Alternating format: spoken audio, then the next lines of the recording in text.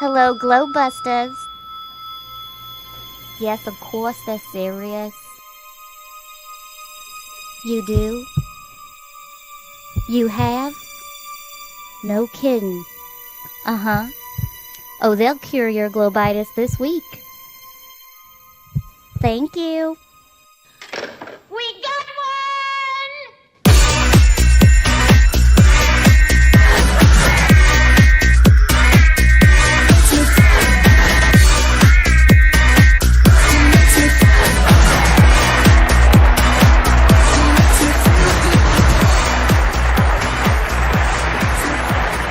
Ladies and gentlemen, it's the Globebusters.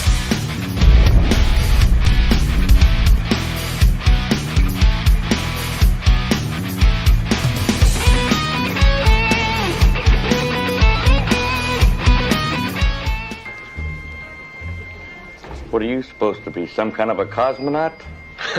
No, we're exterminators. And now, here's your host.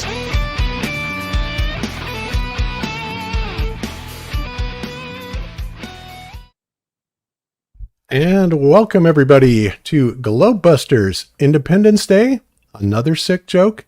I am your host, Bob Xanadude60, and here we are back on another Sunday on the 4th of July. Wow, the irony, right? The irony of this day, especially in light of all the things that are going on around the world.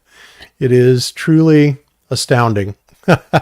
I mean, I don't even know what to say. Of course, if you don't know what I'm talking about, then you really must have been asleep for a while.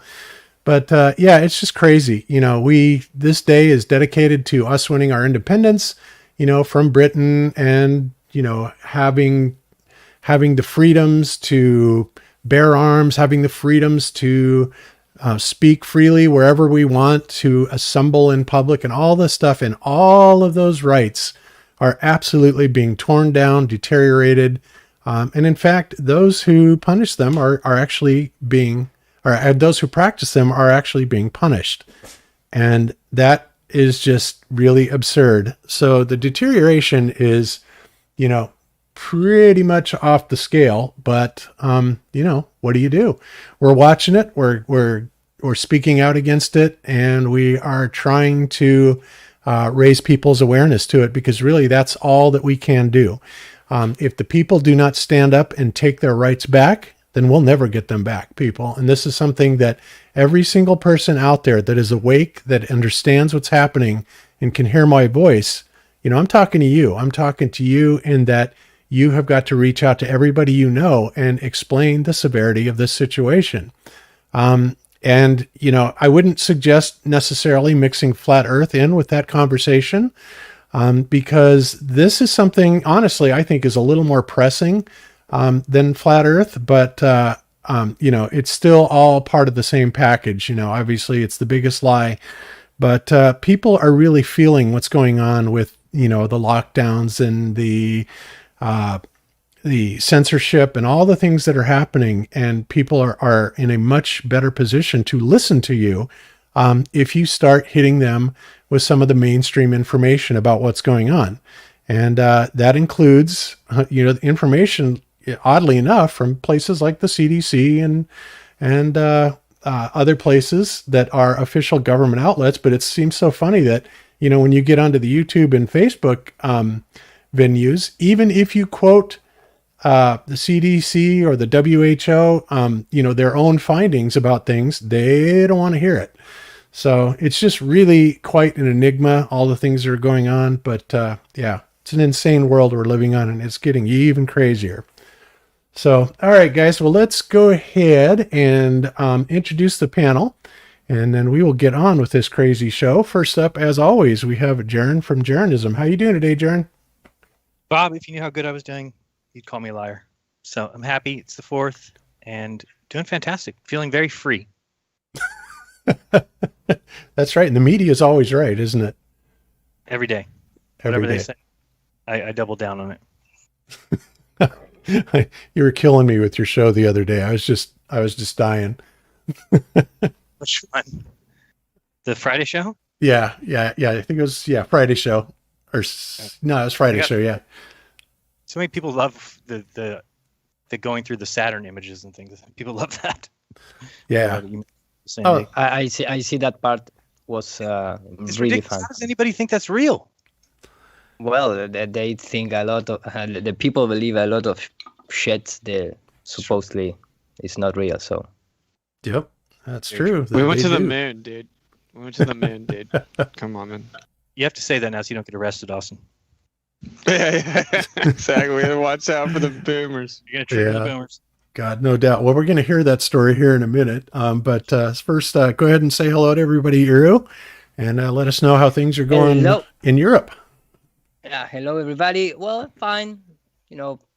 Rainy days the last 3 days, so I was inside the house, making some work and see Jeran show again. I love the Friday shows. In fact, I type you, Jeran. I pray for you to let me get in just for the analysis of the Saturn pictures, because I also have a few, clips from NASA, which are not just picture, but there are the actual scientists showing via computer. I'm talking computer from the 80 decade, showing how the Voyager is sending real-time pictures in the 80s to a computer like nobody can believe even that. But beside that, everything okay. Just waiting for the today's shows. All right, beautiful. Okay, well, we'll get to that here shortly. Next up, we have our newest Globebuster with us, who is the great Baldini. So how you doing today, Baldini? I'm doing all right. How are you, Bob? Oh, doing good, doing good. It's a beautiful day here in South Carolina. Good. Just it's been kind of a weird, week here in Seattle. I mean, here's the example, right? So I was in Seattle and found a hat full of money. I thought that was pretty cool. But then, some angry hippie starts trying to attack me with a saxophone. I'm like, who ever heard of a hostile hippie? I don't even know what's going on. I don't know, weird. Yeah, I can understand that. Yeah, you just never know when you're going to find a hat full of money. But yeah, I don't know. It's a weird world. That's that it is. All right, and last but certainly not least, we have from Witsit Gets It, Austin Witsit. And Austin, you have been doing some killer work as always, out there in the activism world. But you started telling a story before we went live that I had no idea of, because apparently I missed this in its entirety. So what in the world happened with High Impact Flicks and the Cleveland Indians and that whole situation? Well, we went to Cleveland as we were heading to Michigan, and we went around, and there was really no one anywhere to do any activism. We were just going to be there for one day, and then I went to this Fountain of Eternal Youth, and I found out it was the Baby Truthers segment. I'm like, I'm not going to intercept with them, blah, blah, blah. Long story short, we were walking back, and we found out that there was actually a Cleveland Indians home game that very night. So we're like, well, yeah, what better place? We'll set up there. And so we went to the Cleveland Indians game at about 6:15 as people were rolling in. We start to set up the sign, and then this female cop comes and says, you can't do that here. This is private property. And I said, well, isn't this public property?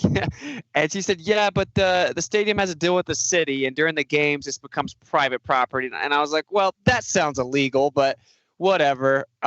She's like, you can be over there on the other side of this part where the sidewalk begins, and that's public property still. And I was like, okay. So we set the sign up over there. We go get the amplifier, and then per usual, I'm running through 1945 to 69, all the operations, just flat smacking.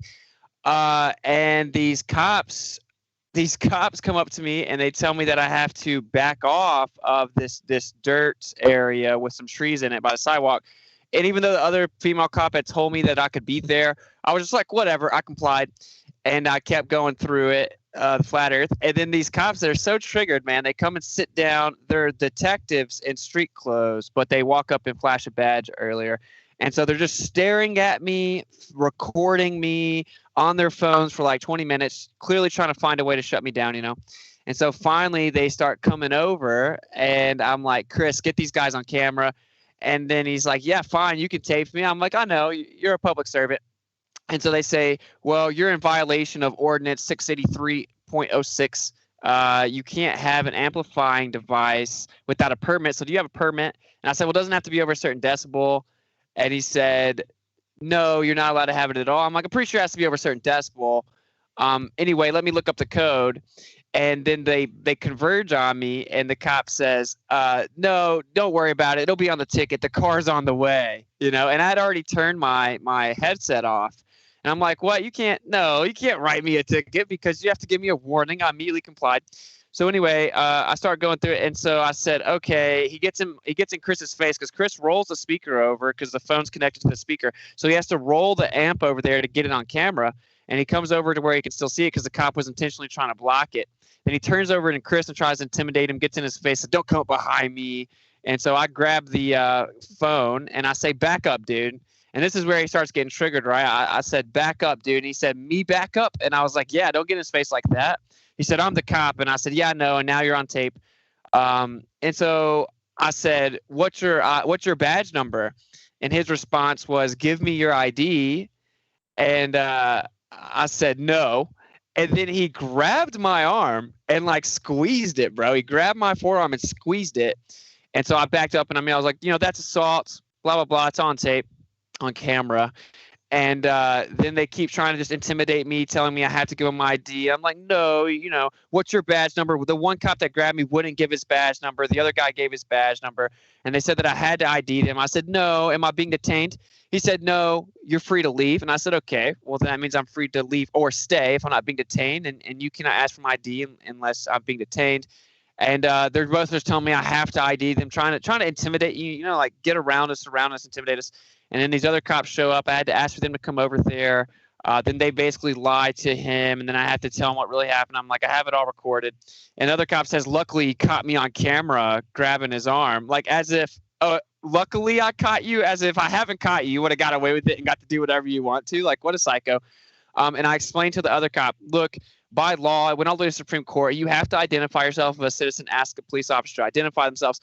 These two guys are in street clothes. They definitely have to identify themselves. The whole reason that's a law is because you could be impersonating an officer. And regardless, he's like, oh, you believe I'm a cop now? I'm like, yeah, it doesn't matter. You have to comply anyway. And then that cop, the sergeant in the police uniform, tries to tell me I have to leave and this is private property. I say, no. I talked to the other cop who works out here. She said, this is public property. I don't have to leave. Now you're giving contradictory orders. I'm not being detained, which means I'm free to stay or to leave. And he keeps on trying to basically tell me I have to leave. And then, long story short, I'm like, no, I want these guys' badge number anyway. So then he walks away, goes and talks to him, comes back. He says, okay, you're in compliance with the ordinance, and this is public property. You're allowed to stay here. Just don't turn it back on. So then I shake his hand, shake his other hand. And then High Impact Flicks does a segment on it. I guess someone sent it to him. And he looked up the code, which I did as well later that night when I got to the RV. And it's actually for commercial use, right? So you can't use an amplifier to try to sell things commercially, which is not what I'm doing, of course. I'm just using my First Amendment right. Yeah, so they just lied, intimidated me, literally assaulted me by definition, physically grabbed me, wouldn't identify themselves. It was a whole ordeal. But yeah, then High Impact Flicks did a little segment on it. So pretty cool, I guess. Oh, man. Dude, I'd be talking to an attorney. I really would be.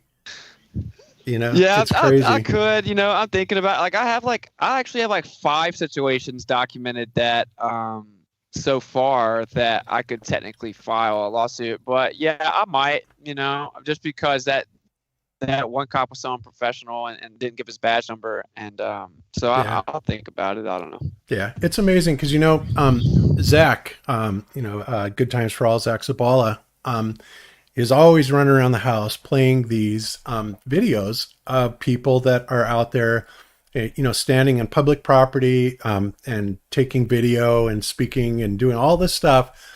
And, the cops are always coming up and trying to infringe on them and try and do exactly what they did to you, intimidate.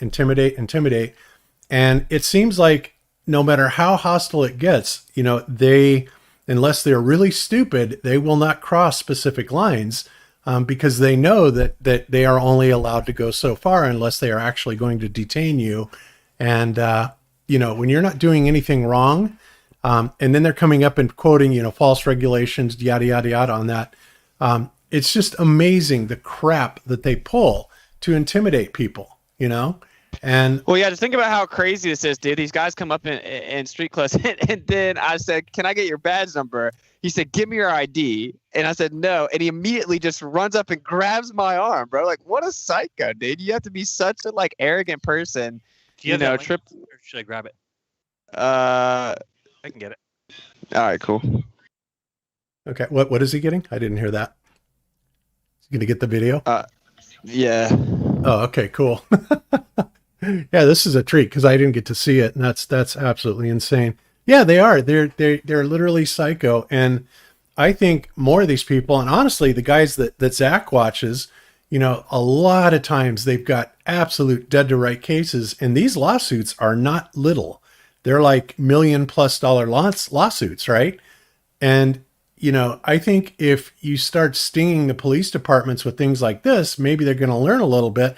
But the problem is then, of course, you start getting the mentality of, well, people will think that you need to defund the police departments. And, while I see that line of thinking, I don't agree with it because, then we'd really be in a world of hurt, honestly. But they also need to understand their place, that they are public servants, and they do not have the right to do what the hell they're doing. Yeah, there's like a middle ground though, right? Did you see where you're from, what they did? Like Colorado just passed this law where you have to keep your body camera on. And if a police officer turns their body camera off, the court will immediately assume malfeasance and ignore anything they have to say. So that alone would change a ton, right? Like that you have to keep your body camera on to show accountability.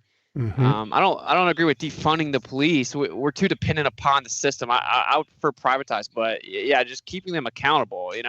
It's like they've seen the First Amendment auditors before. The cops have seen them. It's just they know that when they go up and do what they did to me, 99% of people just comply. They're just like, okay, so they still do it anyway because they get away with it. So more people just need to kind of familiarize themselves with the simple aspects of the conversation, stand up for their rights, and that's the biggest part is the uninformed public, at least in my opinion.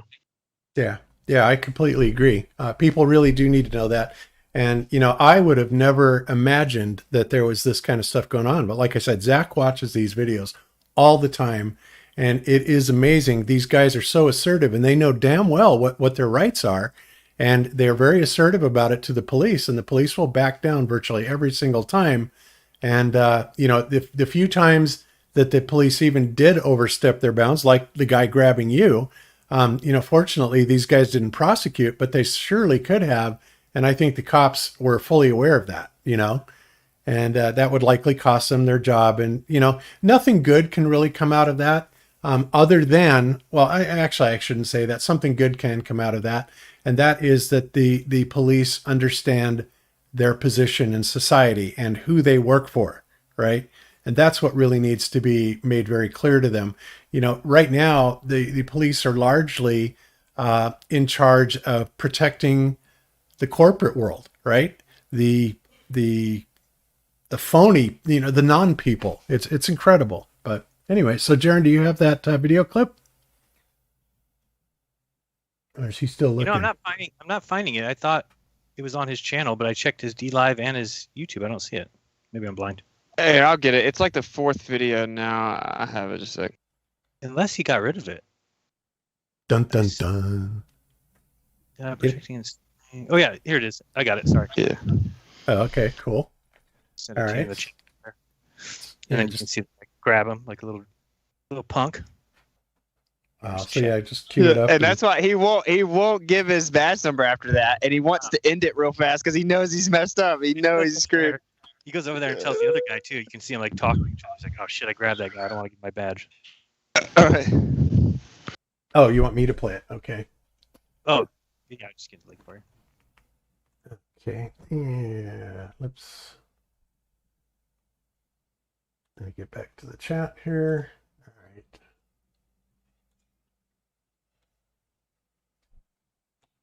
All right. Yeah, you should be able to see that. Is it right here at this time index, or where should I go with it? Just to see, that's them coming up on him and telling him he's got to shut it down.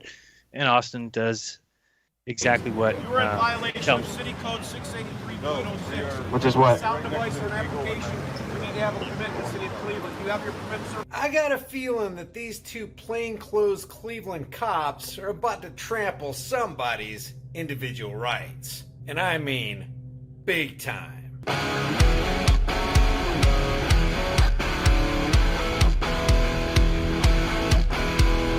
Hey guys, before we get into today's video, I want to give a real quick shout out to today's sponsor, Virtual Shield.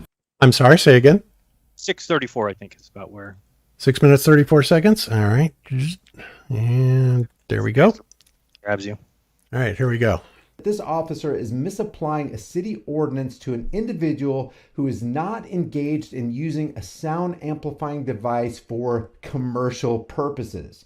Therefore, even according to their own city ordinance, Austin is free to engage in this activism and can reasonably expect the policy enforcers to protect that freedom to do so. That's a sound device, sir. Do you have a It has to be permit? over a certain decibel. Do you have a permit? No. Okay, you need to cease and desist. Really?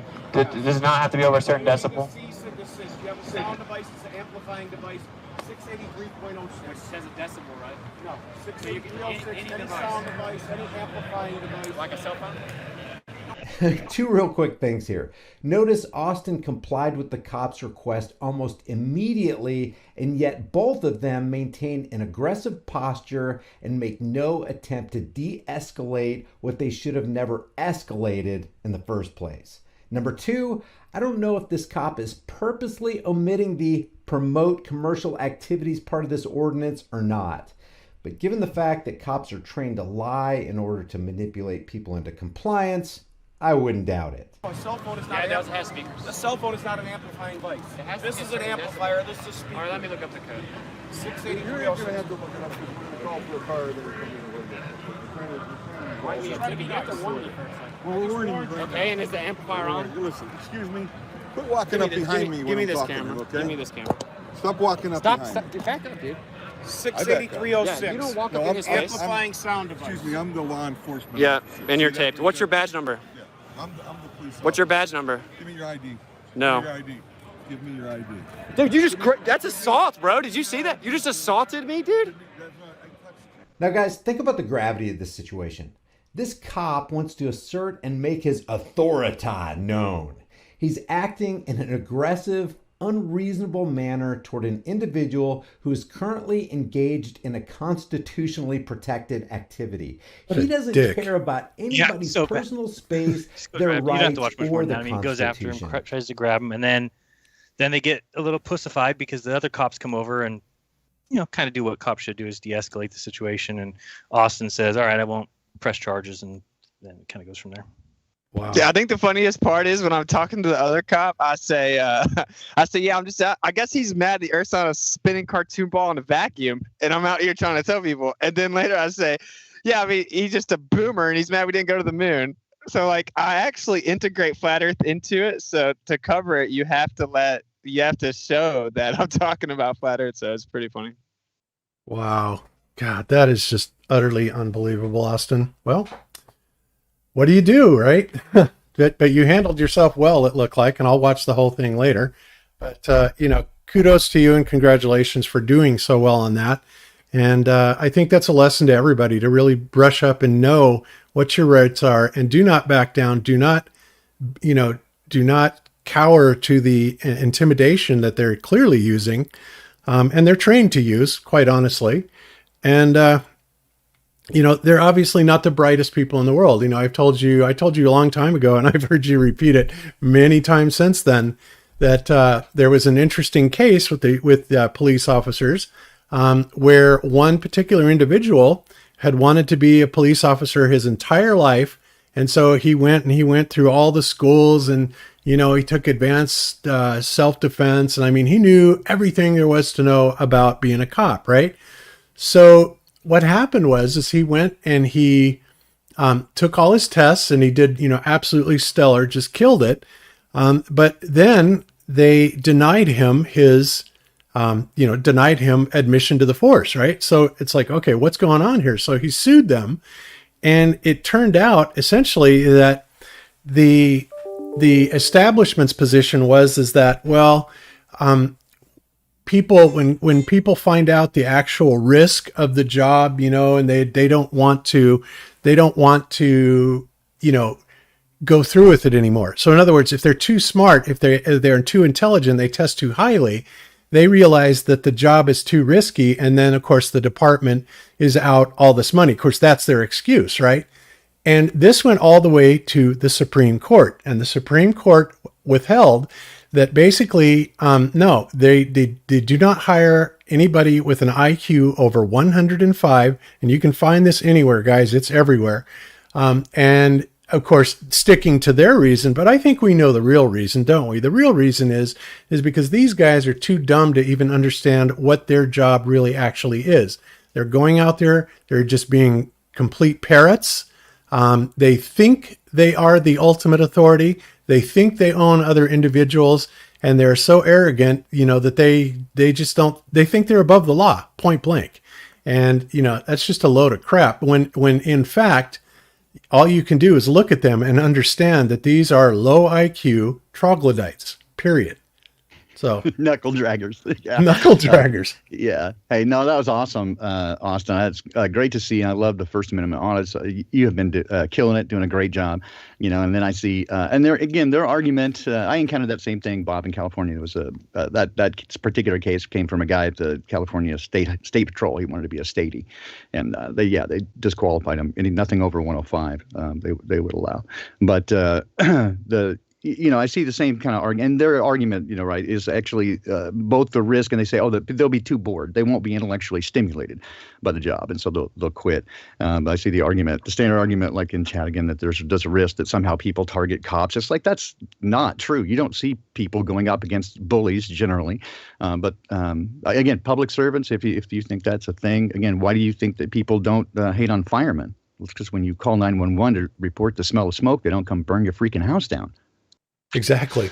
So never, my wife and I have said this to everyone in our family, never call the cops. And we have people in our family who do work in law enforcement because their job is not to help you. And it's been proven, as Bob said over and over again, that they're at the Supreme Court level, that the protect and serve thing, they're not obligated to protect or serve. And the only ones they protect and serve are the establishment, not the constituency.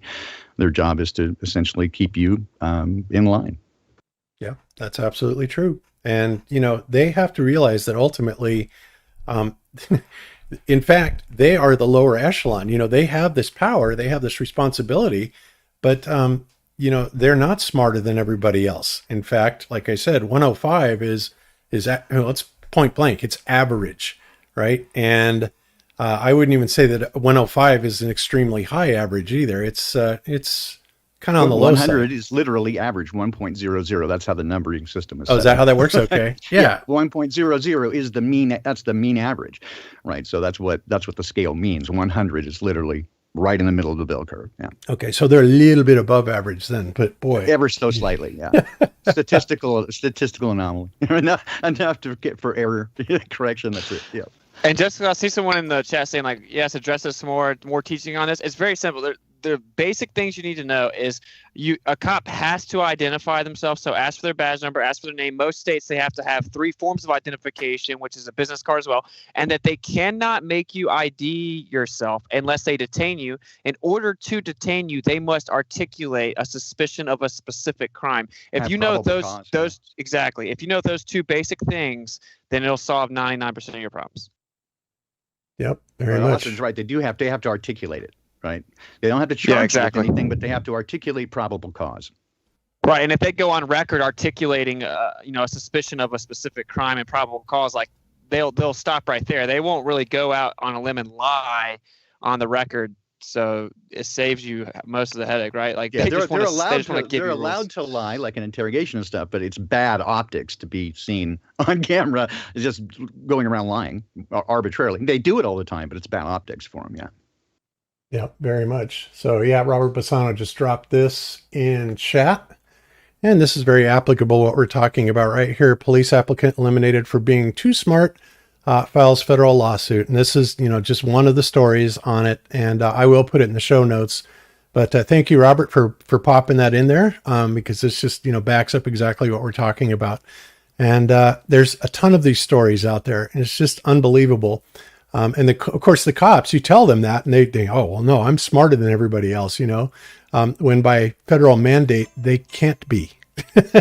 So, yeah. Pretty funny. A concern I always have when I see news reports, right, where they're trying to defund the police and it becomes a big issue, big social issue, right, is that what comes next? Certainly the situation we have is bad, but then what they want to replace it with, again, opens the door for them introducing something like, oh, you don't want the police? Okay, yeah, we can't trust them. They're bad. So let's bring in the UN.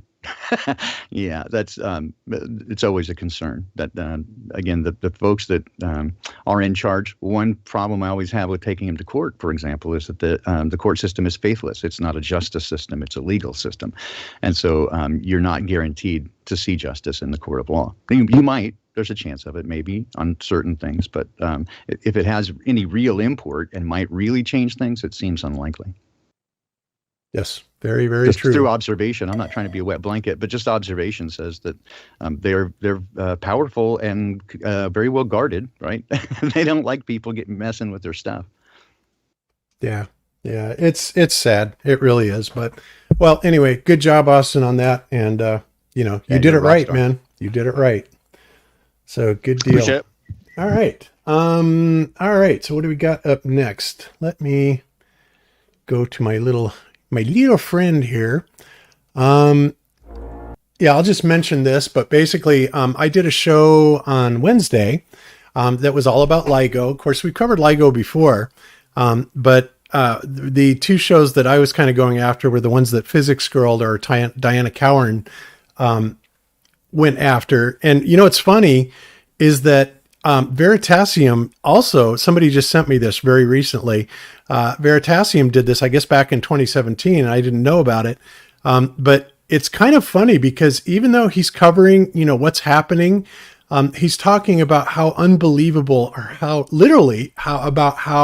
impossible it all seems. And I mean, a lot of influx on the impossible. So, this guy he's not dumb. He really isn't. But I think that, he gets away with it because he goes along with the mainstream tagline, but he has been caught a few times using an excessive amount of sense, right? Which is probably going to get him in trouble at some point or another. But yeah, I did want to mention that, and I'll probably bring it up and maybe talk about it on another show. But I will put this in the show notes, but it's just really funny to listen to his skepticism about this and the claims that they're making, talking about, oh yeah, over 100 kilometers going back and forth on the LIGO facility, that supposedly the gravitational wave alters the chamber length of like about the width of a proton. And it gets even crazier than that, guys. It's just unbelievable. And of course, we covered all on Wednesday, but there was more fuel to add to the fire. And I wish I would have had this on Wednesday, because I certainly would have played it and gone through it as well. But it's amazing. Veritasium is just, you can tell he's not really buying into it. But he's being a good boy and carrying the company line. So there you have it. Okay. So next thing we have up, and then I'm going to get to a couple other presentations.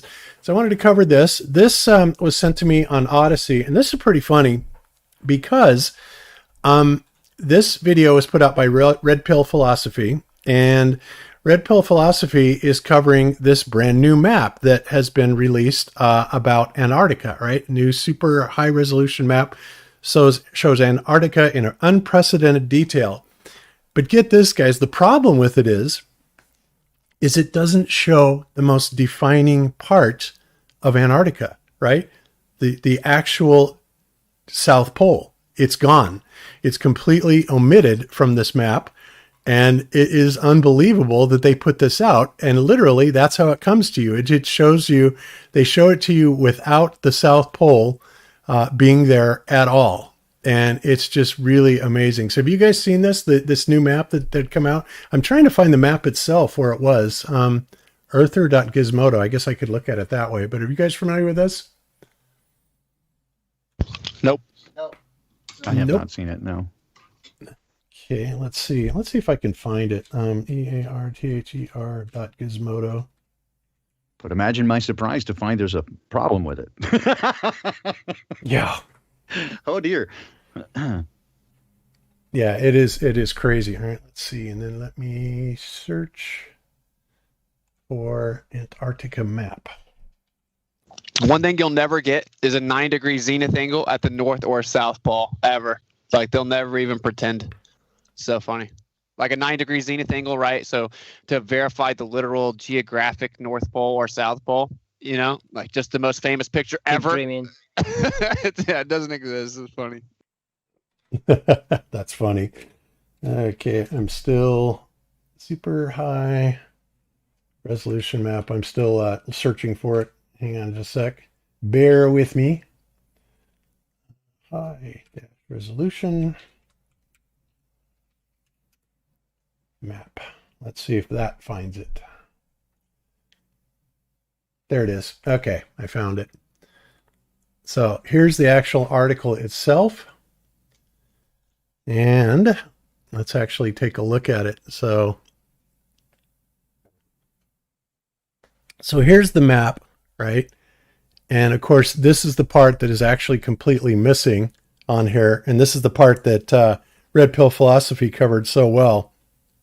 But it's just, you know, it's just utterly hilarious that they come out and say this is the most, you know, highest detail map, and it is completely omitting one of the most defining features of Antarctica, right? So yeah, I'm actually going to have to read this since I just pulled it up for the first time, but I will put the Red Pill Philosophy link out there for everybody to take a look at it. Because it is really good, and he just kind of bats it down. But it's a 15-minute video, or I would play parts of it. But he pretty much bats it down pretty good, and you know, shows the complete nonsense in it. So just wanted to bring that one up and make everybody aware of it. And there you have it. And I think then before we move on, so Iru, you wanted to talk a little bit about the Venus transit and the Gregorian calendar? Yeah, no, it's not specific in terms of, you know, go really technical in that sense. It's more about, because all the measurements that they made in the space is based on the astronomical unit. And maybe, you know, even when they say, okay, the light of the sun get 8 minutes to travel to Earth, and all that kind of things are based on the astronomical unit. And maybe there is not much people that knows where it comes from, and, you know, of course, the presence of the Jesuits behind it. And I have a few clips just, you know, to see, analyze, and comment. No more than that. And if you want, I can share my screen and start doing it. But it's some kind of that type of presentation, quote unquote. It's not an actual super presentation, you know, with hundreds or thousands of slides. No, that's like fine. I used to do. That's fine. And, you know, it's okay if we just, you know, cover these in splinters and little stuff, because, you know, to really go into it, it takes a lot of time and, you know, effort, and bringing up all kinds of, you know, cross-connecting documents and stuff like that. But if it's just something you want to draw some points to, that's great. Let's go ahead and take a look at them. We'll just, you know, start talking about it a little bit. Okay, let me just press the magic button. And, okay, with audio. Okay, supposedly now I'm sharing my primary monitor. Yep, we see it. Okay, so the thing is, I found a clip a long time ago because this is part of my presentation in Spanish. So maybe it's going to mix a few things in Spanish. Of course, I'm going to translate it, but there is 1 or 2 clips, no more than that. And this is part of my old presentation that I made in Barcelona, but it's, you know, it's information about the sun and the measurements in space and how they calibrate space, because after all, you need to create a metric system if you want to say, okay, that point in the sky, it's 400 million light year away. Why you say that? Where you take the numbers, where you take the measurement, what is your base system. And of course, please interrupt me, because sometimes my lack of English make me a bad trick, because I cannot explain super correctly. But the thing is, something that caught my attention was an old show presented in National Geographic, which is a show where the host is the Grace Tyson, our friends. Mm-hmm. And immediately and in particular, he invited a Jesuit to talk about space and evolution. What a shock, right? But here is the beginning of the show, which starts this couple of slices that is we are going to analyze. So let me just play the clip. Oops, can you kick the volume up a little higher, Jeran? And beaming out across all of space and time. This is Star Talk, where science. Can you go any higher on the volume area? And sorry? Can you go any higher on the volume? It's really low. Really? Yeah. Okay. Sorry, because I have really loud. Let me see if I can. Maybe I have sound mixer. Maybe there is something. Okay.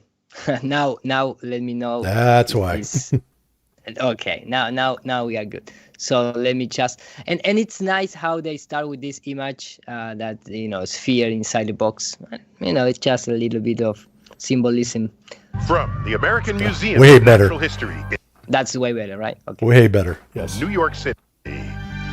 And beaming out across all of space and time. This is Star Talk, where science and pop culture collide. And tonight's topic? And that, for me, is a really, important topic, because I believe what they trying to do right now is just fusion the science with pop culture. They trying that the people get informed via pop culture more than specific important experiments and real education, if you want to see in that way. So that is the first thing that all these type of shows of TV program, of course, is completely brainwashing, and that is why they invite this type of character to discuss about the theory of evolution. Because if you see this chapter complete, the Jesuit is going to tell you of course, that the theory of the evolution was created by a Jesuit priest, which is Gerard de Telliard. So, this type of brainwashing machine is all over the place. Science and religion. And so we combed the landscape, and we found a Jesuit priest. This is the academic order of the Catholic Church. And military order and scientific order must be said too, right? And we have with us Father Martin. Welcome to Star Talk. Thank you very much. All right. Oh my God, he looks like Don Pettit. Yeah, it could be. yes, I completely agree. It could be his uncle or something like that. Oh my His brother, God. his missing brother. It's equal to Don Pettit. Yeah. And it's really fun to see this lower third, Jesuit priest discussing about the universe and evolution. And from now to the end of the clip, which is a very short clip, I put subtitles because, unfortunately, I cannot find and downloaded the complete show in English. So I just took the intro, which was part of a trailer of the chapter, but the chapter get out the English version. They delete the analysis of the Gregorian calendar. So this is not the analysis, but this is the part that still remain in Spanish. So I put the subtitle, and I don't know if someone wants to read or I just play and everybody reads for themselves, but here we go. Yeah, they can read it. Quiero mandar un saludo a los jesuitas, que la Compañía de Jesús es un brazo científico importante de la Iglesia Católica. So, just for better purposes. But in Spanish, he's saying that. I want to say hello to the Jesuit because it's a really important order inside the Vatican institution. They are the scientific arm of the Catholic Church. Y que de hecho su progreso tremendo, el de los jesuitas. And here is, for me, one of the key and indeed the Jesuits made extraordinary progress. Contribuyeron a nuestro entendimiento a la medida de lo. And that is, that this is the key word, because he said they contribute our understanding of the universe, and special in the measurement of the universe. Yeah. Contribuyeron a nuestro entendimiento a la medida del universo. Contribuyeron a nuestro entendimiento a la medida del universo. And of course, this is just a part of the Conspiracy Jesuit, which is a documentary, just saying that it's very strange that the Jesuit order is you can say the biggest institution with the majority of astronomers out there following Copernicus character itself. Copernicus publications, it is probable the Jesuit order has produced more astronomers than any other demographic in Europe. Wow. That, ostensibly, a religious order should produce so many scientists should cause surprise. However, as these scientists have focused nearly exclusively in but one area, this gives us reason to question. And that is, very important part for me, because they are telling you in your face, without the Jesuit order, we don't have a measurement in the universe. We don't have units. We don't have nothing to relate. We just have angles when we see sky. We cannot determine distance.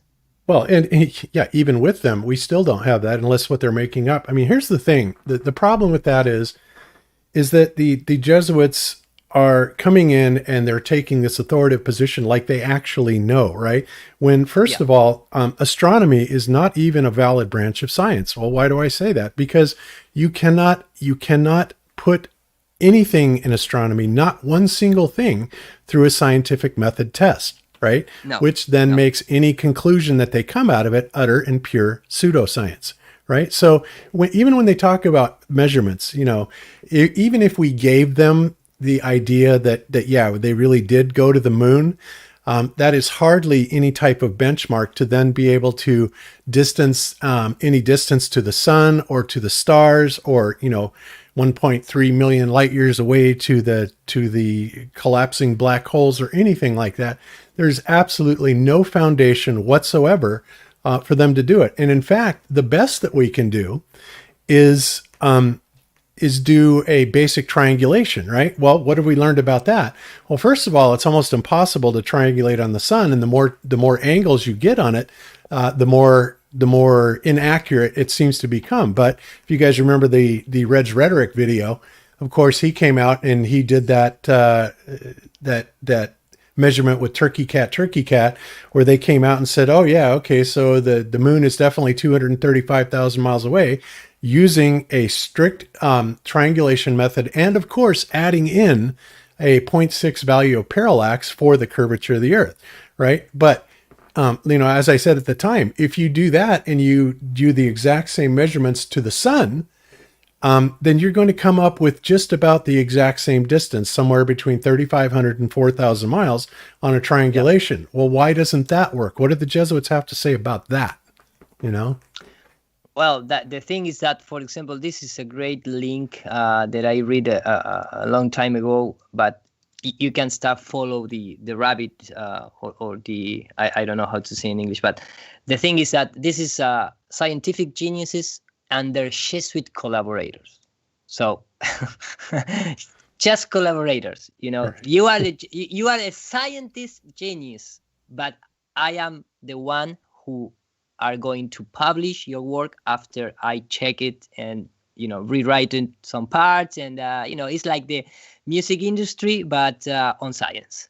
So if you go by the list and you read the article, it's really nice to read, but every one of the biggest, the biggest, even Kepler, Copernicus, whatever, they are all infiltrated or influenced, if you want to use more nice word, by Jesuits. Why is that? Yeah. Well, I think we understand. And there is also a nice book to read. I didn't read it, this one, but someone in the Spanish community recommend me, which is Kepler and the Jesuit. But of course, all these type of how you say in English, literalist, or books. Literature. Literature. Okay, I'm sorry. Literature. There we go. Yes, literature. You can read it and as starting point to understand why they are so obsessed infiltrating science and a specific one branch of the science, which they call astronomy, because everything is go back to trying to erase from our heart that important question that is who we are what we are doing here, who put us in this place, all that kind of eternal question that maybe is very hard to achieve a response, an answer. So after understanding that the Jesuit was, they and Jeran showed this in his presentation, but it's really important because before this Jesuit, nobody agree or nobody can determine the distance to the from the Earth to the Sun, because they are changing. Who knows how many times they change the distance from the Earth to the Sun. Of course, Copernicus, Kepler, Newton, Benjamin Martin, they are all trying to do guess, about the distance. Even we can add in this list to Eratosthenes. But the point, the thing is, all the calculation or equation or just the philosophical or technical analysis that they made every time they look up in the sky was based on just imaginary numbers without any type of proof. It's crazy and jumps out at me immediately, of course, is, why isn't that figure of 235,000 miles on there for the sun, right? The one thing that they did know about back then was trigonometry and, the Pythagorean theorem and a squared plus b squared equals c squared type stuff, right? And you would have thought that would have been the first place they went with that, is a simple triangulation, but they didn't, which is crazy. No. And you need parallel light rays. Yeah. That is another thing. Yeah. You need at least 5 million miles, 3 to 5 million miles to give you anything close to parallel light rays. In order to make the Eratosthenes trick work, you got to have it further away, so it wouldn't work. Right. Yeah, and the same thing, they do the same thing, not just with the measurement, with the distance, but also with the temperature. Because a lot of time, they just look that white disk in the sky and start, saying, okay, for example, Sean Waterston, he said, or he claims, they trying, like, I can imagine that maybe it was like a game, trying to guess how many years left to the sun to die, things of that nature. And of course, the last or one of the most important character in history that they took seriously was the seer, because it was a knight from the Royal Society of London, Lord Kelvin, and that is why we use the Kelvin measurements to say temperatures, blah, right. blah, blah, blah. Right. But they do what I'm trying to say, and sorry, because maybe sometimes I get a little bit confused, but they do the same thing, just with not just with the distance, but also with temperature or with the life of the sun, which means that they don't have a clue or it's the source of that energy, or what is the source of that power that powers the sun. That is why I'm trying to leave clear. They don't have any clue. They just, trying to put patch on patch over another patch on his models. That is my opinion, of course. I agree. Very good. And then, well, talking about parallel rise and things like that, well, we have a few images, a few video here, but of course, it's a little difficult. For me, it's a little tricky when we see from the ground the sun rays, because first of all, it's not the sun rays. It's just how you see the light coming through a volumetric source. In this case, is a cloud.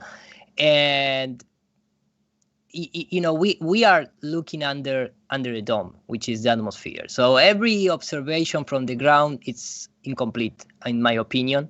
We cannot, you know, use as a reference the unique source of the experiment, because we are looking under a glass, and that is going to distort the results, of course. And that is also that, in my opinion, apply also to the ancients or the old experiment that the church did in the past to, you know, prove their theories. In this case, the distance of the sun, or whatever you want to put on it. And the last one was the Jesuit, the Maximilian Hell. And even right now, in this, if you enter into Wikipedia, you can see how, or not how, but it's the same procediment that the Jesuit have, which is lie to everyone until you get the results, and then maybe based on blood establish the result. Because, for example, the first thing you're going to find in the article based on Wikipedia, but of course if you go into the bottom part of the article, you can find the sources where this literature is taken. But it said Hell from Maximilian Hell, which is a pseudonym, is not the original name. And it's really funny because Maximilian Hell, it's like saying the maximum hell. It's like the hell, you know. It's very funny that guy picks that name, which is not the real name, because all the time they change in, that's my opinion, but they change the name. It's like Newton. It's the new Aton. And who is Aton? It was the god sun in the Egyptians culture. So even Eratosthenes in Spanish, you can say Eratosthenes. You know, just by coincidence, there is a god in Egypt which is called Thoth, which is the god of the science. So Eratot is like saying the age of thought. You know, all these these names that correspond with some I don't know how to say casualidades. I don't know if it's well, they're very literal in you know, the way they're bringing it forward. Thank you. So Hell was appointed director of Vienna Observatory in 1756. There was some controversy about Hell's observation of the transit of Venus, because he remained in Norway for 8 months collecting non-astronomical scientific data about the Arctic regions for an encyclopedia. So that's right away, it's telling you that the Jesuit is also who, not all the books, of course, but they create the encyclopedias, or they intervene the encyclopedias. They go to the Arctic, they go to the Antarctic, they put, you know, that type of things. They do that type of things in books. But it said the publication of his result was delayed, and some, especially Joseph Johann von Littrow, accused Hell posthumously, of falsifying his result. So all the time you have these people that they are falsifying information, they're falsifying data, they lie to you, and in the meantime they trying desperate to, you know, corroborate his numbers and trying to came up with a new story that patch and solve the last lie that they made. And that is why they are changing continuously they narratives. That again, this is based on my opinion, but we are analyzing official data. Everyone accusing the Jesuits to be dishonest, if you want to see it in that way. And the last video that I have, unfortunately, this is a video that it's in Spanish, but this is part of a documentary, which is a documentary based on the transit of Venus, and I didn't find the original clip in English. I don't know if maybe there is known, but Unos 90 grados de latitud. what it said is this, because remember that we have James Cook, the captain James Cook, which was, part of the Navy, that's are part of the Freemason and this type of guy. He was one of the important, how you say, the ship's captain that helped to take the measurements of the transit of Venus, in this case from Tahiti. And I bring this because it's amazing how related all these lodges and Freemasonry Jesuits are work together, specifically in this time, at this time in astronomy. But of course, you can follow the path, and you can see that they are, of course, really involved in politics and economics, and in our days, I think in every corner of the flat Earth. But Sure. that is why I bring that. And this documentary starts presenting you and telling you. I'm going to lower down the volume so I can speak over. But it said at 90 degrees of latitude that separate Tahiti from Bordeaux. Eso quiere decir que debería haber una clara diferencia en los tiempos registrados por Cook y Hell durante el tránsito de Venus. And of course, this is something that came from, like 30 minutes ago before, but I just take this part. But what the guy is saying is that Hell and Cook, they work together. They take measurements that, of course, this is not in real time. Imagine in the 70s, centuries. It's something that you write down in the book, few measurements. They need to use time. Nobody have a clock, synchronized clock at that time. And people must have in mind that this is the last measurement. This is the official and only one measurement that still we have today. Wow. To corroborate the distance to the Earth from the Sun, which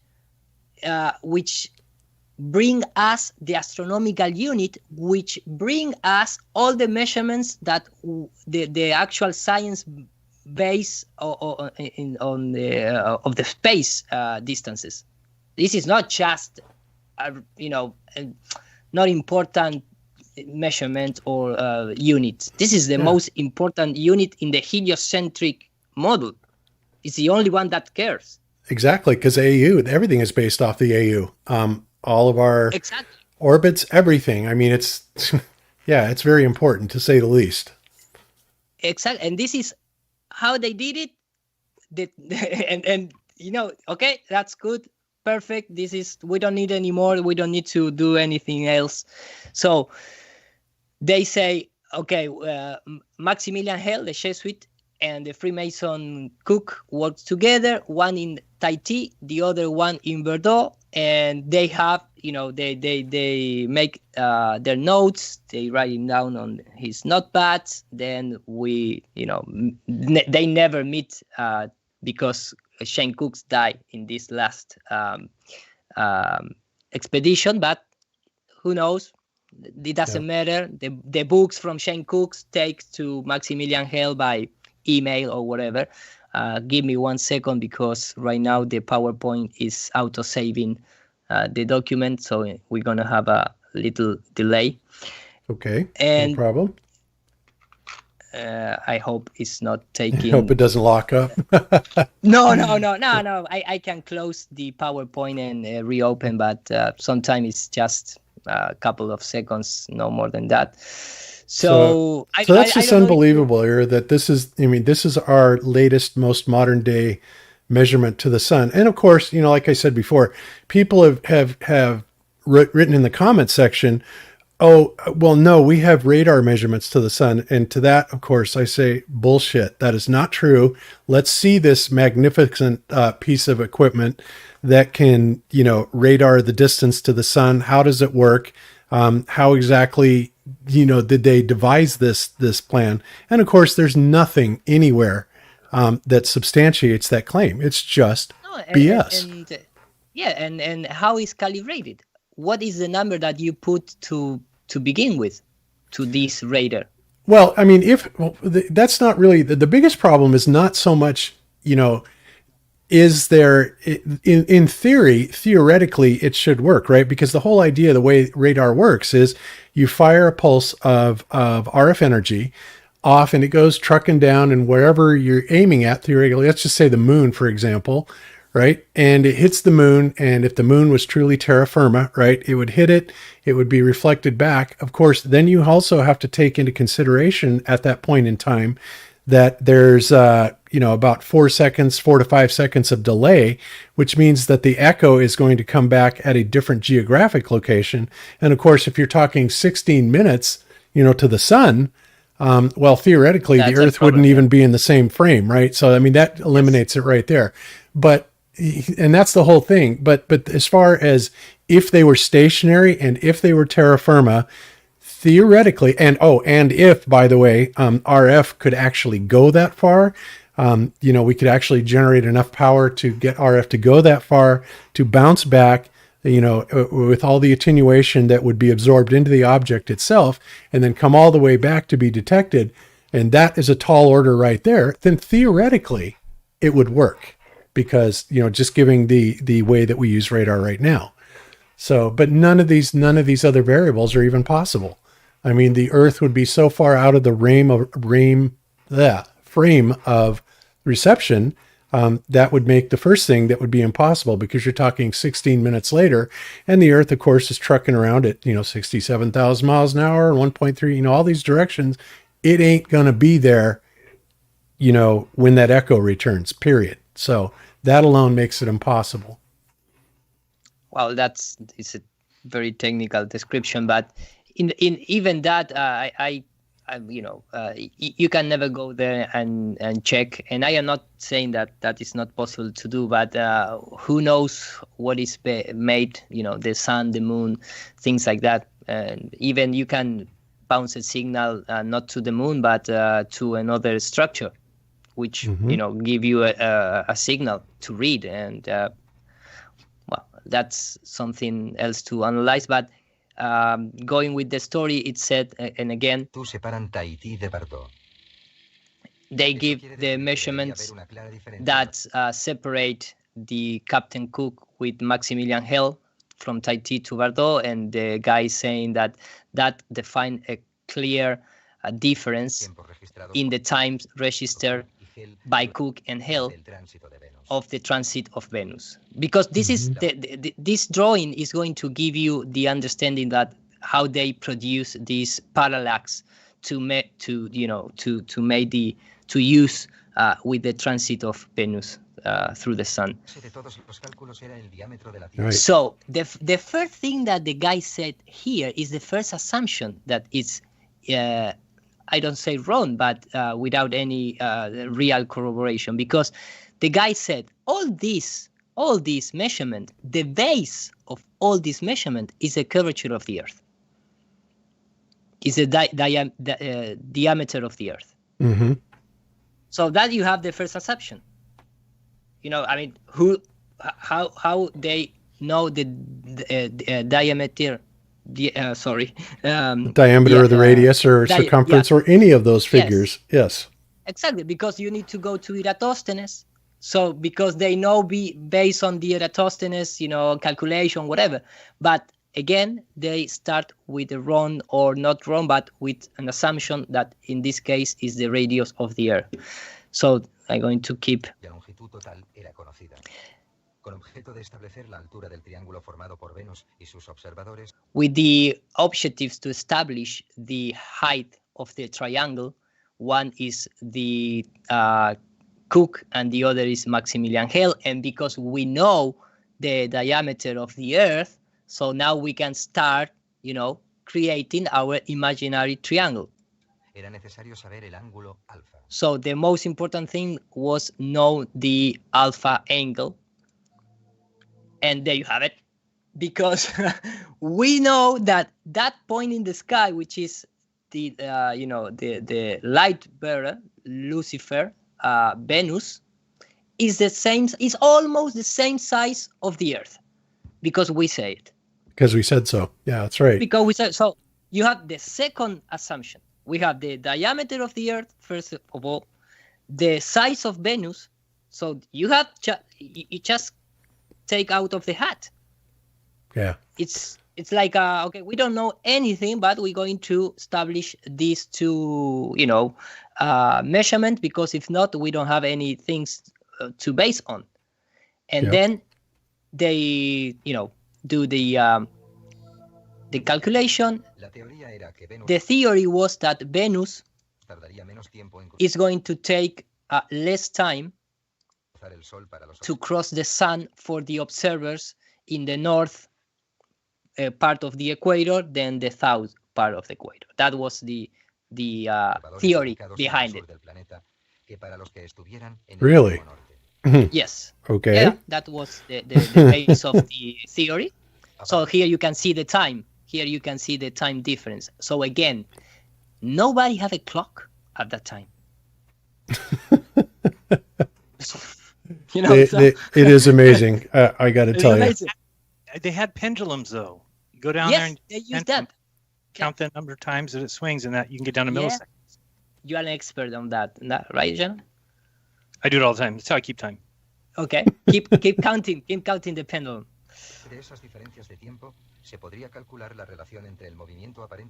So with that difference in time, they can calculate the apparent difference between the movement of the Venus crossing the sun in the north and with respect to the south.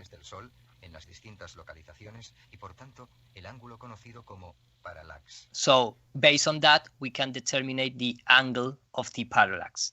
God, talk about one assumption after another, based on a fallacy, based on a complete fallacy in the first place. Yes. Oh man, that is just ugly. But this is the original, the only one, and the official experiment to determine the astronomical unit. Okay, well, there you have it. And there is this. In reality, the parallax, it's no more than the alpha angle, and that's it's capable to determine. That gives not the factor, but that gives the opportunity to know the distance first from the Earth to Venus. Mm-hmm. Okay.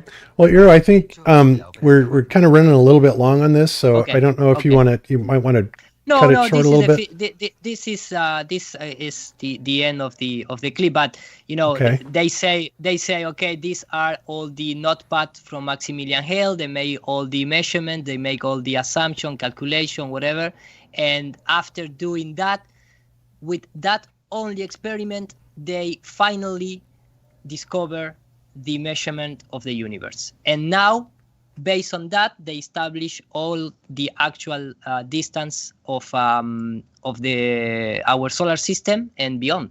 And of course, in this documentary, they also talk about Maximilian Hale, which is this guy here, and they say, one of the astronomer accused Hale to, fraud, and in the documentary they say, but because Maximilian Hale was a really good Jesuit, he just take more time to produce their calculations. That is why he delay, a few months before presenting all the numbers. And of course, all the scientists involved in the expedition, because they send a lot of other people to different parts of the world, all they die. So the only two measurements that was important was the Cook and Maximilian Hale measurements. The rest of the guy that was involved, nobody take care. A lot of them die, and there you have it. There you have it. Yeah. This That's is crazy. the story behind the astronomical unit. Yeah, one Jesuit more to the wall. We have the Big Bang theory. We have the distance from the Earth to the Sun. We have all the heliocentric model is collapsing these 8 figures, 10 figures. Yeah, that's nuts. All right. Well, thank you for that, Hiro. Great presentation. Let me go ahead and share you guys back over to my screen, and then we will move on. So let's see. I think this is the guy we want to do. All right. You guys should be able to see my screen now. And I've got everybody else on that as well. Okay, cool. All right. So the next thing I want to cover, guys, is when we were doing our show, I think on Wednesday, I made the comment about somehow rocket propulsion came in there. And of course, I made the point blank statement that rocket propulsion is simply not possible in a vacuum. It's not, you can't do it. And I didn't really elaborate on it, but some guy, came back and said, no, you're wrong. Rocket propulsion is possible. And he sends me this video and it's like, bam, take that, flat earther.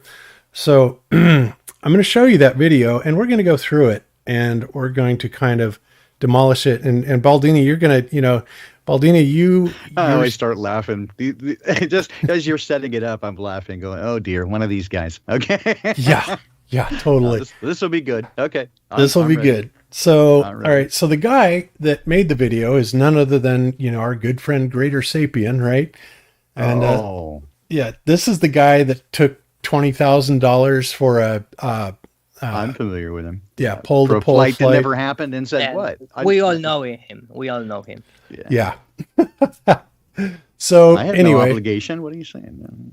So he made this video that pretty much, could not be addressing, us or what I said anymore. It's just not possible. This thing was aimed, bam, right at us or anybody that makes this assertion. I'm already impressed at the graphics. This is worthy of NASA. I mean, it is. Instead of real world, we're going to go to cartoons right away. Okay. Yep. Show us what you got.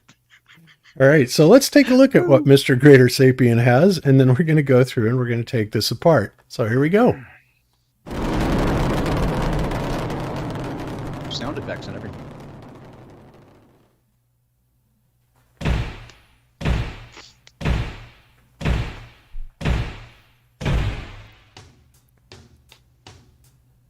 People in the common threads don't know science. That's why I made this Common Thread Science. Oh, brother. Hey, everybody. Did you know that there are people online that believe the moon landings and all the He's not photos so of nice like this 3D character, I think. Yeah, it's funny. All right. Did you know that there are people online that believe the moon landings and all the photos of the Earth are fake? No. And they support this idea in the comment threads by claiming that travel to the moon is not possible and having satellites in deep space taking photos is not possible because rockets don't work in space. They claim because satellites don't produce any rockets photos. That's what that's. Let's start there. Where are all those photos from satellites? Yeah, where are they? We got data sets, plenty. I can make data sets. Where are the photographs? Yep. I'm sorry. And I'm even sorry NASA says straight up, we don't have any photographs. It's all CGI. It's Photoshop, but it has to be. Yeah, it's data sets. We model the data sets and turn them into images of what you expect to see. Mm-hmm. They clearly tell you. So the first thing he's going to do is he's going to start out basically with, almost a straw man argument. That is a straw man. That's not, that's not the argument.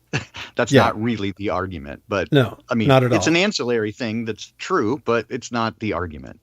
That's right. The argument has to do with the argument has to do with Newton's laws of motion. That's right. All right. Anyway, let's continue. But because it's something that requires him to be shown in the affirmative, right? That then automatically he's going to be right on everything else. But so this kind of sets the tone, right? This is an easy one to debunk. I don't really know anybody that has said, well, because rockets don't have any oxygen, that you can't. Obviously, they have an oxidizer, right? So I don't know anybody flat earth. That's an easy one. I mean, yeah. I'll give him this. Let's just start here. Baldini's first law of the internet. Anytime somebody starts something with, well, actually, anything that follows is bullshit. Whatever follows is just ad hoc nonsense. All right, I'm sorry. Let's go. Yep. All right, let's go. Require oxygen to burn fuel, and since there's no air in space, combustion is not possible. And 2. Rockets, like airplane propellers, need air to push off of in order to go forward, and without air, they cannot move.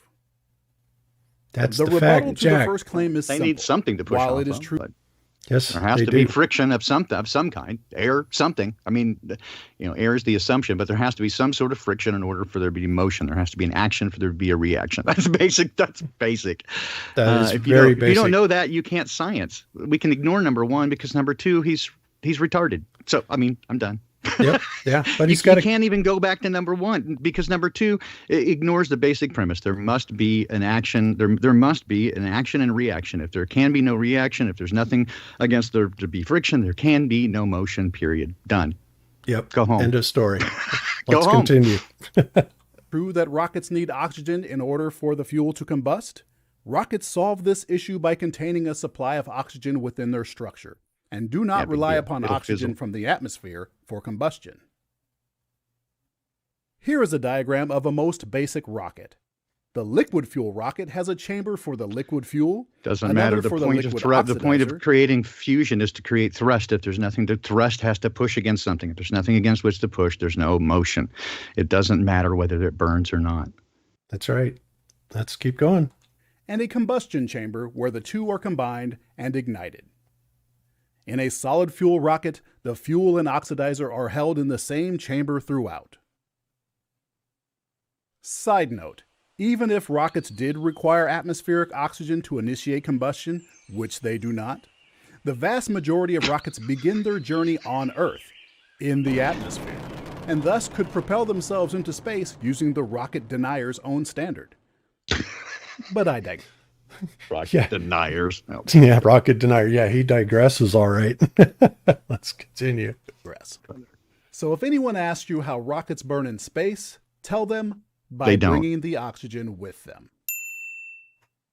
The second claim is that rockets need a medium, like air, to push off of. This is due to the fact that rockets' movement is governed by Newton's third law of motion.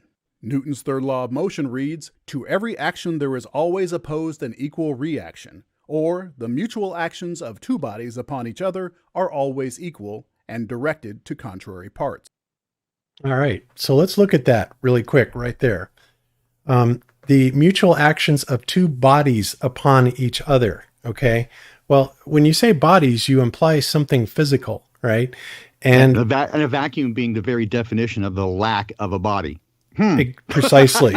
And we haven't even gotten into the free expansion gas law yet, right? So yeah, exactly. Yeah, we still got a long ways to go on this because we are going to completely rip this apart. He is so wrong on so many levels. It's beyond belief. It's embarrassing. Yeah, it is. So let's keep going.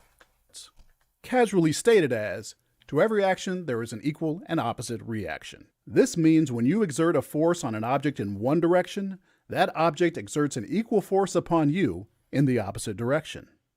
Swimmers going through water exert a backward force on the water, and the No, it water doesn't pushes exert them another forward. force. It's the reaction. It's not exerting another force. Oh, God. Planes, helicopters, and birds exert force on the air, and the air pushes them up and in whatever direction they wish to travel. No, it doesn't push them. Oh, God. But rockets in space aren't in a medium like... I know this. Honestly, this whole thing is a comedy of errors.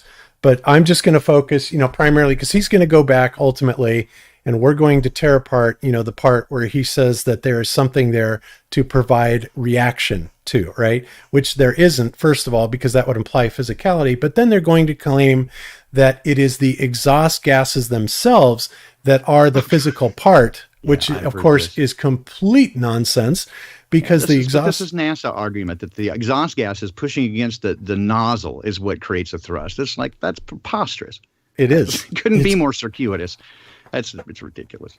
Yep. So yeah, we'll both have plenty of time to hit this from all directions. But let's continue. Like air or water, and thus have nothing to push off of, is the claim. And again, the answer is rockets contain their own medium to push on, in the form of the fuel they combust. Wrong. Oh God, that's not even the right argument. I mean, no, that's not even the right argument, dude.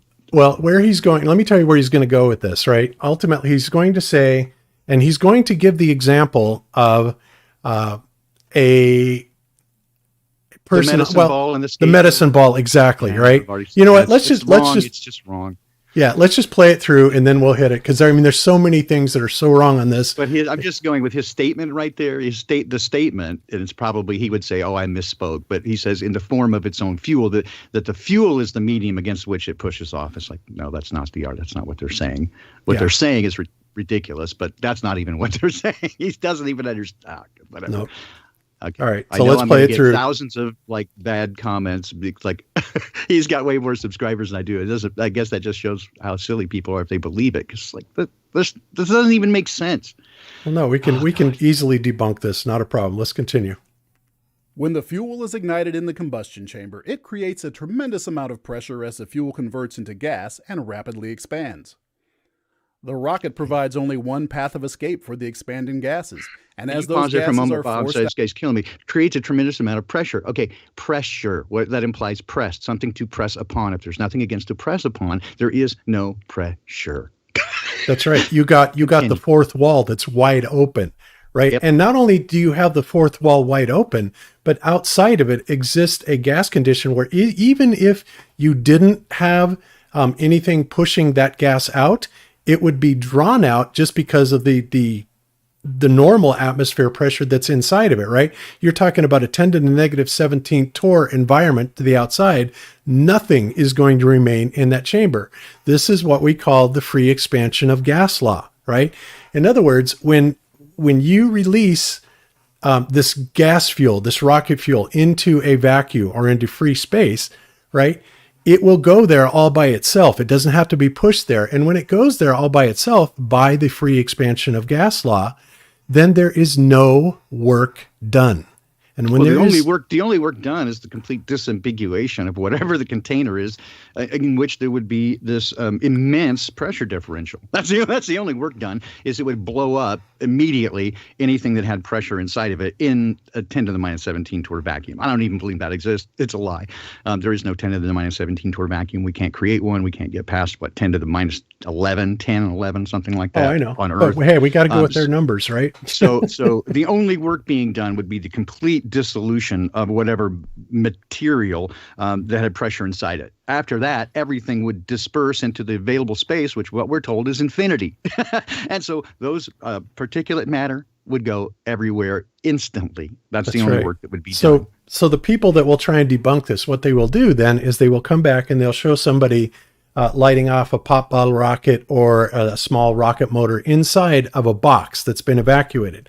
But the problem is what they are not understanding is that as soon as they do that and they're putting all those gases in there, then all of a sudden they're creating a medium, right? They're creating the very medium that is allowing it to press off of. And they're saying, yeah, that's exactly what we're saying. It's like, no, because that is in a contained environment. That space is this infinite vacuum, right?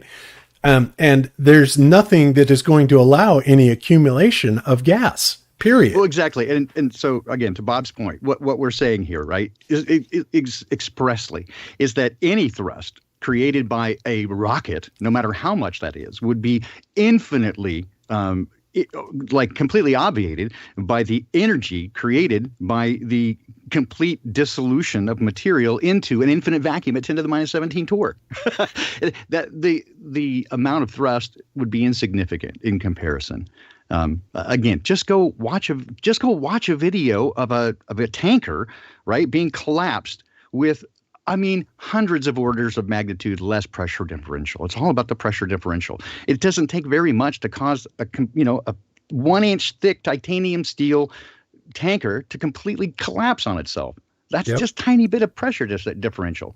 I mean, why do you think there's a crush depth in submarines? It's only like 150 to 300 meters, right? Right. 10 to the minus 17 torque. Come on. So any thrust that would be created, it doesn't matter, would be completely sucked into oblivion in an empty vacuum of space. It's nonsense.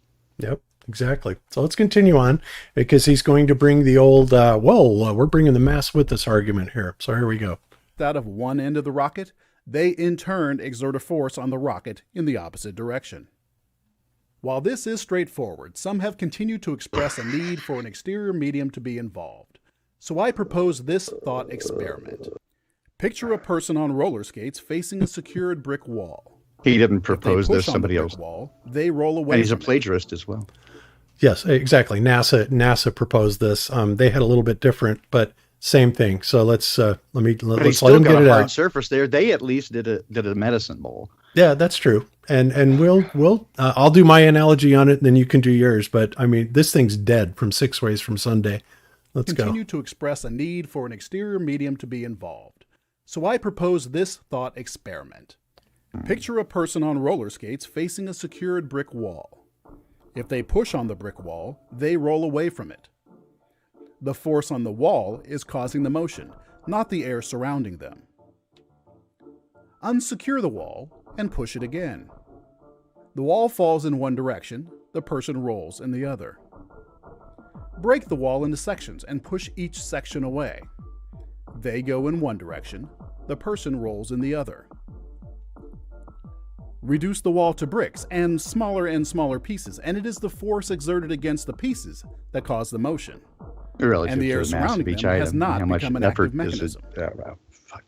Yeah, don't worry. In the case We'll of a get to rocket, it. that wall is replaced by the fuel particles being propelled at an incredibly high rate, and the medium that surrounds them is not needed. In fact, You're air gonna love is a this. hindrance to a rocket's motion. It's a hindrance Picture now. that person on roller skates, pushing off the wall. But now, instead of rolling freely, there is a thin wall of paper in their path. There's not much resistance there, but there's enough to slow them down the slightest bit. Air acts in the same manner by providing the tiniest bit of slowing force, known as air resistance or drag, on whatever is passing through it. Oh my God. In space, however, where particles are so few and far between that it is considered a vacuum, no air resistance is encountered. And rockets... Yeah. What few particles in space, Hero? Bob, you're hurting me, Bob. Why are you doing this to me? I know it's painful. I get We'll dumber get with through every it. minute I listen to this. We'll get to. I know. I can't even believe he went there with that. That toilet paper thing behind it, and then he actually has the audacity to say that it actually hinders it. Not only does it not work on it, but it hinders it. Right? It just underscores the complete missing Lunacy. the point. Yes. The missing the point. He doesn't grasp the concept of even what NASA is saying. When they're trying to dance around it, he misses even that point. It's Not in a million years. All right, let's let it play out. We got about another minute. and any other objects will move more freely than they would on Earth. Because according to Newton's first law of motion, a rocket such as this will remain in motion unless acted upon by another force. So not only can rockets work in space, my friends, they work best in space. That's all for this episode of Comment Thread Science. It's gotta be comedy. This guy is dumber than a box of rocks, guys. All right, so let me go through it.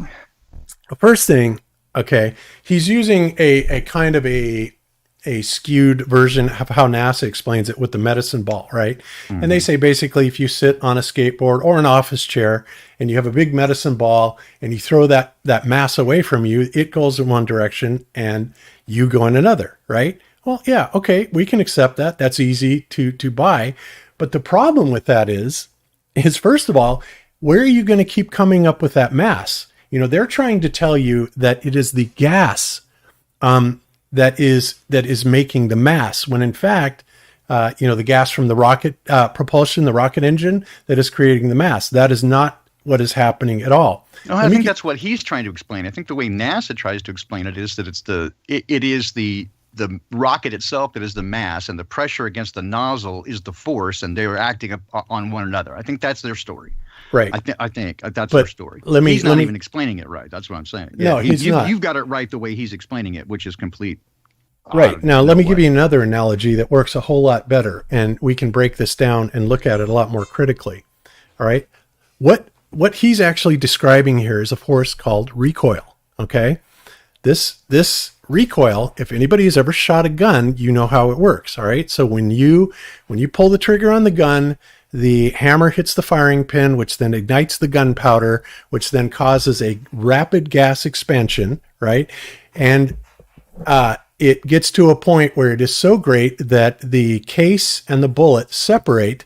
And the case, of course, is being held in place by the frame of the gun, which is also being held in place by your weight and your mass connected to the ground. Exactly. It right? requires mass for this requires to mass. happen.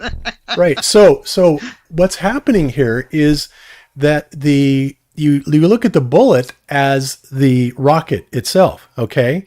And the role of the gunpowder in the bullet is the role of the rocket fuel, right? Firing away. That's what provides the energy. And the role of the frame of the gun and the casing on the back of it, and you holding onto the gun and you being connected to the earth, well, you then complete the equation or the mass that is required to satisfy Newton's third, something to work off of. All right. So now what he's saying is that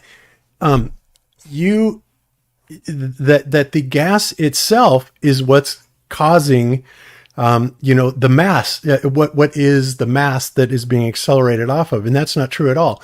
The rocket engine, the gas that's there is a direct analog to the gunpowder, right? Now, the problem is again, you've got the back of the rocket open. And not only that, not only do we know that it makes a big difference, the atmosphere on the rocket. And the reason for that is because they have an optimum aperture of the rocket engine itself, the venturi, right? So what they do is they have to squeeze it down. It's kind of like putting your finger over a hose so that it shoots it out a lot faster, right? That's the venturi effect. And there is an optimal, they tune these things for high altitude, mostly because that's where they need it the most, when they get up, into the high altitudes, because of the fact that rocket engines are not very efficient up there. That is why they are tuned for high altitude. Of course, did he mention that? No, not at all. Did not mention at all. The other thing that is a huge problem is that when you look at it in terms of taking mass with you and casting that mass out, well, first of all, you have to have at least as much mass, right, that you're casting away. You have to have more, honestly, but at least as much to make a legitimate offset, right, for you to be propelled in one direction or the other. But what you showed him is like he's grabbing a piece of the wall, right, and then throwing it, grab a piece on the wall. But the problem is you have to carry that mass with you. And again, this is where they are trying to lead you down a road by saying that no, it's the gas expanding that is creating the mass. And I do not give a crap what you say. There is no way that gas expanding, even at the rates that they're saying that it does, is going to give you anything to work off of. It's point blank impossible, right? Yeah, there's so many problems. I mean, again, even his analogy of the wall, right? And he breaks it down in smaller pieces. Those constituent parts. Again, your motion would be relative to the mass of the wall if it were connected to the ground, right? So the second one, it's not connected, it falls down. But he's saying each of those littler ones, the smaller the mass, the less the recoil, the less the work done. It means that you're not going to go as far. So he neglects that part because I don't think he understands. Now, Systems Planet in the chat says, I must be dumb. I agree with NASA on this one.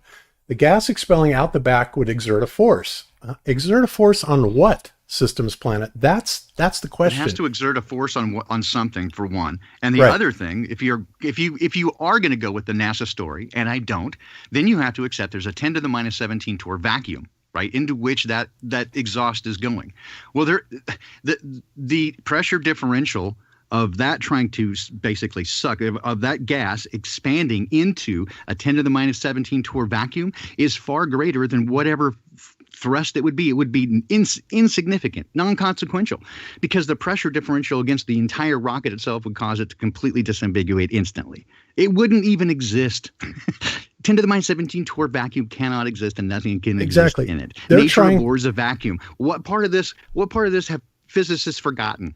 Exactly. I mean, we've known this since the time of Plato, for crying out loud. Nature abhors a vacuum. And it's just poking you in the eye to say that most of the universe is a vacuum. That's right. Nature. All of that mass would be drawn out instantaneously, even without any thrust behind it. Absolutely. Because of the pressure differential, right? Absolutely. And so for anybody to assume that that mass of gas is going to stay in one place long enough where you can actually build up enough resistance against it that it can propel the entire mass of the rocket, which is massive, forward in space, you're out of your mind. There's no way that it can happen. There are so many problems. That's the thing about this. And this is why, from the beginning, Bob, this is why I say I have a tendency, my general rule is I don't play chess with pigeons, right? Because they just like this guy, right? They flap their wings and shit all over the board, knock over the pieces, and flap away and tell everybody they've won, right? And you're sitting there going, what? You don't even understand the game, right? This is what we've got here. He doesn't even understand the rules of the game, and he's telling everybody he's won. I'd rather work with you and Cami to try to figure out the nature of the world, right? It's like these guys are silly, and the cognitive dissonance is so over the top. It's like they just have to make stuff up to make their story be true, and it's just not. Yep, that's absolutely true. So again, they have false equivalencies, in what they're comparing it to. Like I said, the gunpowder is the direct analog to the rocket fuel, right? And that's all fine and dandy. Now, when the rocket is on the Earth, what provides Newton's third? What provides the conditions for Newton's third law on Earth? Well, obviously the ground does, right? That's why rockets take off. Well, Until except for NASA rockets, from the ground, right? Yeah. Right. Except for NASA rockets, most rockets accelerate much faster, away from the ground than NASA rockets, but not NASA rockets. They're just rocket balloons, They're essentially. Magic. Yeah. But and then you have a 14.7 psi pressure gradient that you are working against. But by the time you get up to 100,000 feet, you know what? It's almost gone. And that is exactly why that, they can't fly around very good up there. Otherwise, you would think that they would have the U-2s all outfitted nice with rockets, right? Then they could go up to 130, 140,000 feet. Why aren't they doing that? Because it's not possible and they know it, right? This is why you will never see a rocket U-2, right? That'll go up to 200,000 feet or 300,000 feet, because the rocket cannot work against a lack of atmosphere, which means a lack of matter, which means a lack of mass. It works better. Yeah, and he's actually going to tell us that it works better. Oh my God! I bet Kelly Johnson would disagree. I bet Kelly Johnson didn't have much to say about NASA rockets. Kelly Johnson's the guy that developed the SR-71 with a slide rule.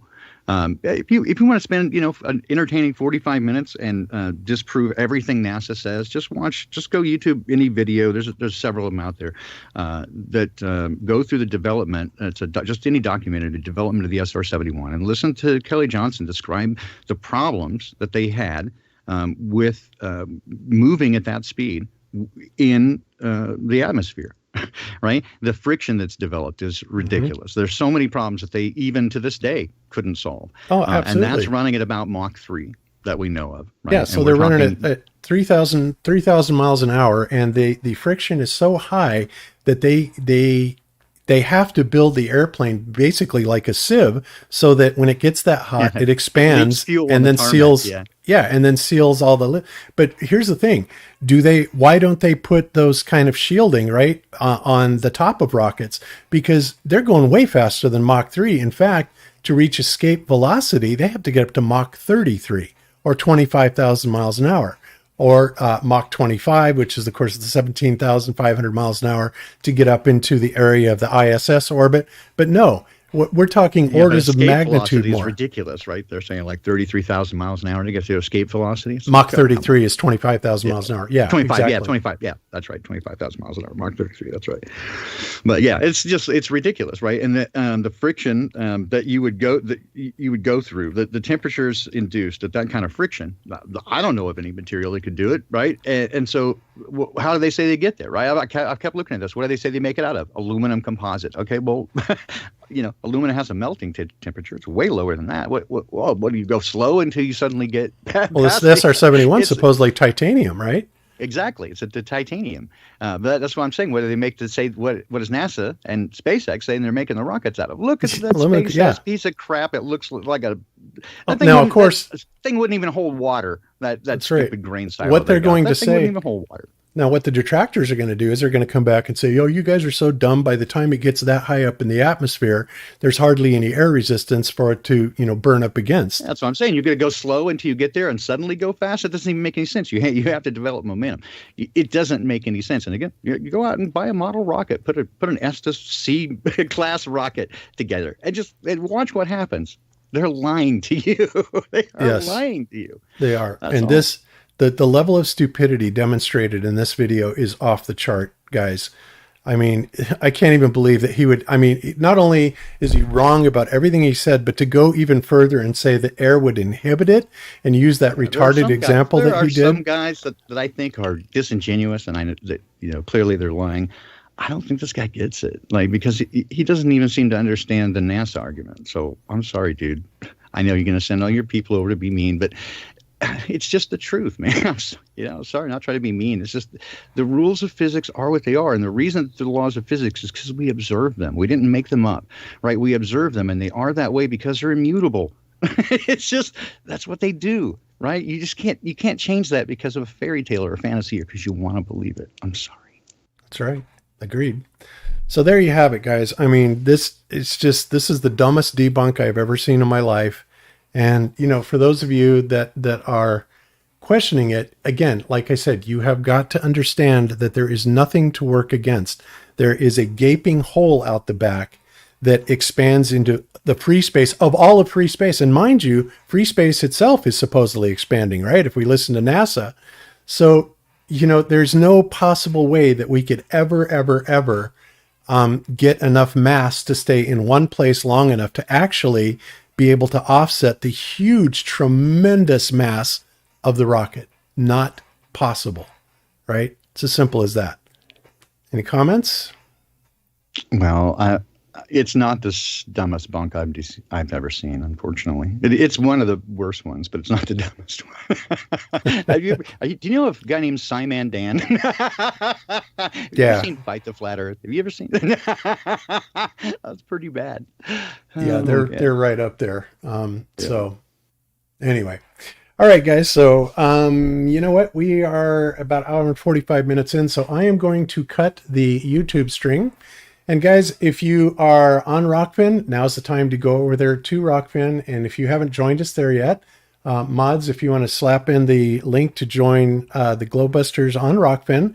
And also remember, guys, if you join Rockfin, not only do you get all of the Globebusters premium content, but you get all the Jeranism premium content. You get all the Crow 777 premium content, ODD's premium content, on and on and on. We have managed to bring over a whole lot of flat earthers, and there's a whole bunch of truthers there in the first place, and it's a really, really fantastic platform. Not only that, we can say whatever we want to, and this is where I'm going to be making our commentary about, what a sick joke Independence Day actually is, especially in the current situation that we are in. This is something I cannot talk about on YouTube. You guys know it, we know it, and YouTube is never going to allow it to happen. So if you can afford that $9.99 a month, and that's all it is, I would recommend that you go over there to it, subscribe to it, check it out, look at all the truthers on there and the, unfettered content that they put out. It's great. And, I hope that you guys can do that. And if not, we still have our Wednesday show, but this one is probably going to be the last time we actually do Globebusters Sunday in a half and half format. I think next week we're probably going to be entirely on Rockfin, and we're going to take the Sunday show, the flagship show, essentially to Rockfin only. So just want to, I've been trying to give everybody time to get a taste of it, to see if they liked it, if it was for them or not. I hope it is, like I said, and I hope you guys join us for it. So I am going to go over here and I'm going to stop the YouTube channel. So everybody on YouTube, thank you so much for joining us. We appreciate you. You are awesome. And we do appreciate you being with us. And we will catch you on Wednesday. So until then, you know the saying. We'll talk to you then. Peace out, everybody. Peace.